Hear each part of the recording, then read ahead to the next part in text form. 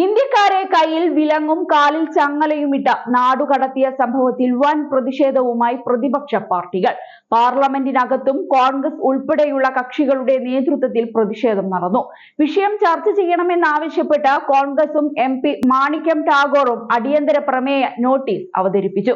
Indian പൗരന്മാരെ America മനുഷ്യത്വരഹിതമായി നാടുകടത്തിയതിനെ കുറിച്ചും Indian ജനതയെ അപമാനിക്കുന്നതും മോശമായി പെരുമാറുന്നതും തടയാൻ ആവശ്യമായ നടപടികൾ സ്വീകരിക്കുന്നതും ചർച്ച ചെയ്യണമെന്നാണ് മാണിക്യം ടാഗോർ കൊണ്ടുവന്ന അടിയന്തര പ്രമേയ നോട്ടീസിലൂടെ കോൺഗ്രസ് ആവശ്യപ്പെട്ടത്. ഇന്ത്യക്കാരെ ചങ്ങലക്കിട്ട് രാജ്യത്തേക്ക് തിരികെ കൊണ്ടുവരുന്നത് കാണേണ്ടി വന്നത് വളരെ വേദനാജനകവും അപമാനകരവുമാണ്. ഈ സർക്കാർ എന്തിനാണ് വിഷയത്തിൽ ഇത്രയും നിശബ്ദത പാലിക്കുന്നതെന്ന് മാണിക്യം ടാഗോർ ചോദിച്ചു.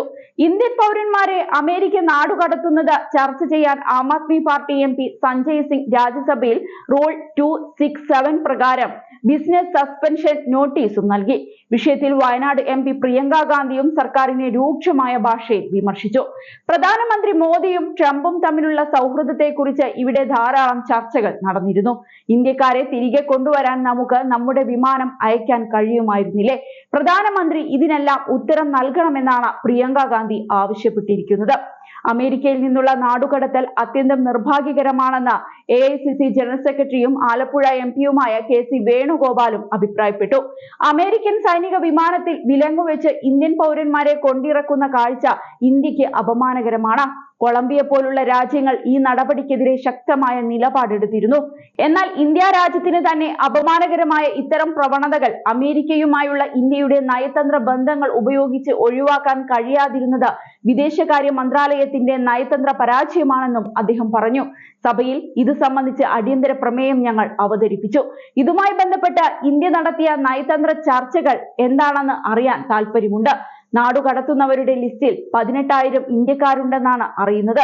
ഇനിയും ഇതുപോലുള്ള സൈനിക വിമാനങ്ങളിൽ ഇന്ത്യൻ പൗരന്മാരെ കൈവിലങ്ങ് വെച്ച് കൊണ്ടുവരുമോ?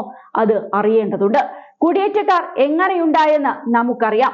ഇവിടെ ജോലി ലഭിക്കാതെ വന്നപ്പോൾ കുടിയേറിയവരാണ് മിക്കവാറും ആളുകൾ.